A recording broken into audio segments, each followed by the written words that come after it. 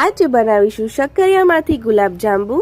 બહુ સરસ પોચા બને છે, ટેસ્ટી બને છે। એના માટે શક્કરિયા 2 થી 3 લઈને છીણી લઈશું, જેથી એના રેશાથી આપણા ગુલાબજાંબુ ફાટી ન જાય।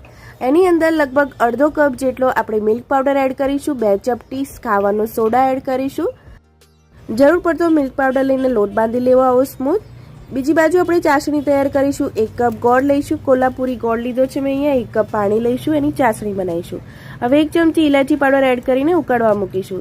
બીજી બાજુ આપણે લોટના ગુલ્લા વાળી દઈશું। નાના નાના ગુલાબજાંબુ તૈયાર કરીને એને તળી લઈશું। સ્લો ગેસ ફ્લેમ રાખીને જ આપણે ગુલાબજાંબુ તળવાના છે।